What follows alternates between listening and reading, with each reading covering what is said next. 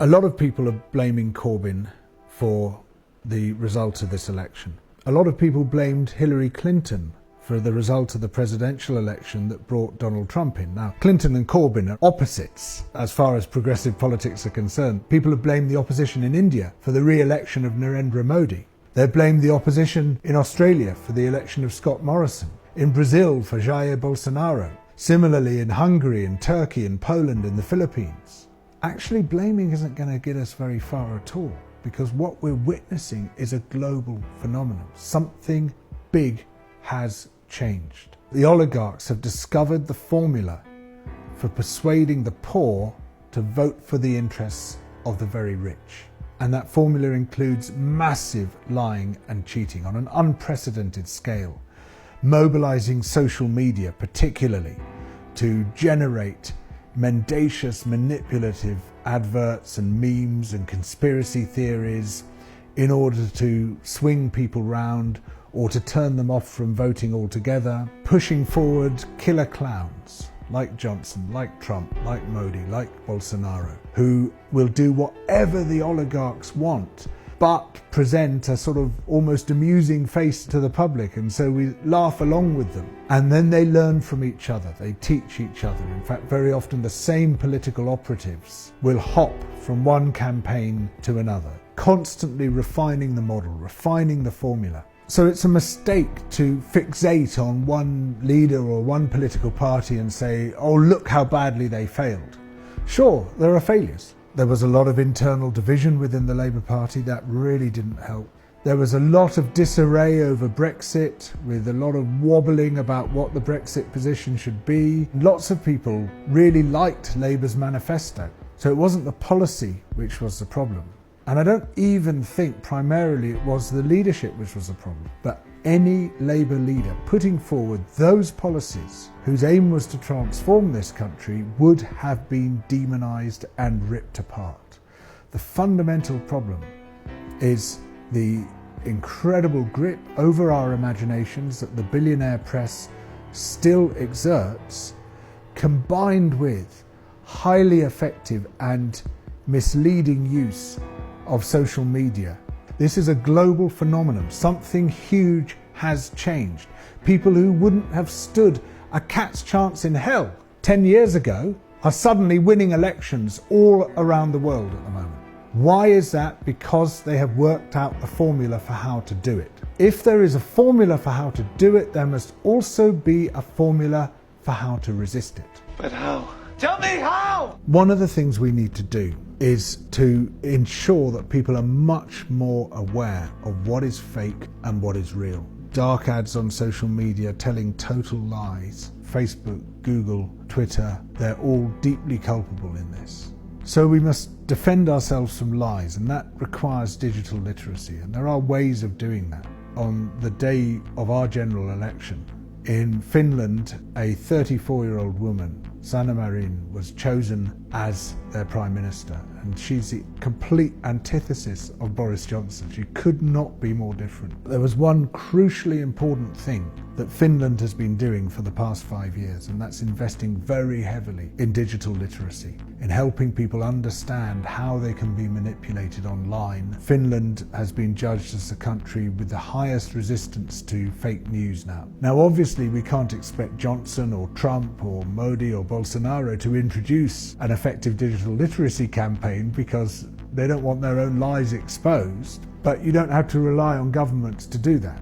So the Democratic Party in the US has now produced a guide to confronting online lies, putting massive pressure on the social media platforms, on Google, on Facebook, on Twitter, to just take a completely different attitude to the laissez-faire one that has dominated them so far. What we need to see amongst progressive parties all over the world is a coalition against fake news. So you would say that white supremacist-tied publications meet a rigorous standard for fact-checking?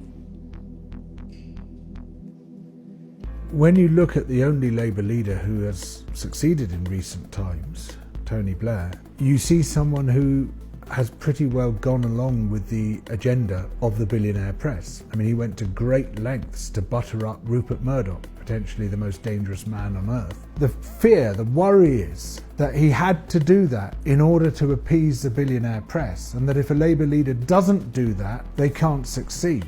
If that is the case, then we have a real big structural, institutional problem, and it is called the media. I think there's a pretty horrible atmosphere developing at the moment, a real sort of sense that people want to purge. Got to get rid of all those people who wanted a different country, get rid of all those people who supported Corbyn. But it seems to me that in this renewed, furious public argument between Blairites and Corbynites, or whatever you want to call them, we see people really arguing in the wrong terms about the wrong things and on the wrong scale. They're looking inward, whereas actually they ought to be looking at the political system as a whole and how we can radically change that. The problem we face at the moment, almost regardless of who is in power, is that we have a very top-down 19th century model of politics. What we need to replace that simple linear top-down political model with is what I call political rewilding, a system which is run and owned by the people. We're beginning to see very powerful examples of genuine people-owned grassroots politics developing around the world. And yet this is not reflected in mainstream political theory at all. We don't need to wait for government to do this for us. Government is not going to do this for us. We start doing it at the municipal level, in the towns and the cities. So where there are favourable local authorities, we put pressure on them and we work with them to design these completely new grassroots politics. And then once we demonstrate the model, what you find very rapidly, and this has happened in other parts of the world, other people want it. They see that in their neighbouring town, there's lots of exciting things happening which they don't have in their own town. So the demand for that new politics begins to spread and begins to grow and gradually can transform the nature of the whole nation. And then it's much harder for the oligarchs to get a grip over political life. We also have to attend to the short-term crisis that many people in this country now face. Even though most of us are really hungry, we have to be careful with our food. So we try not to eat a lot in one day. Continued austerity, continued exclusion and marginalisation. There's going to be a rising tide of xenophobia and hatred.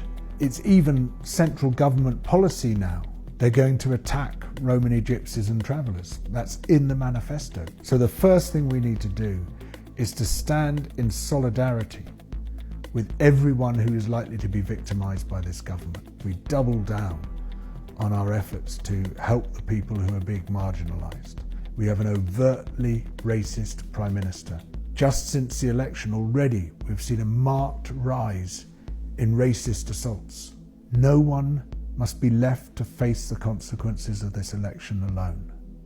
I mean, my big hope is that that result is going to spark a much wider discussion about what needs to change. We need not just a change of government, we need a change of political system. We know that just as there is a formula for the oligarchs to take power, there is a formula for defeating them and for ensuring that there's a far more effective and robust democracy than we've ever witnessed anywhere. And I'm beginning to see the first strands of what that formula might be.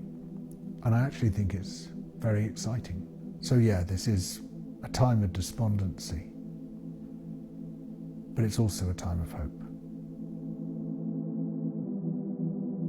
Doubledown has been achieving extraordinary things, reaching millions of viewers, making the films that you're not going to see anywhere else. And this has been made possible by the fact that it now has over 1,000 patrons. Come and join the network, helping Doubledown News to get even bigger and more effective than it is already.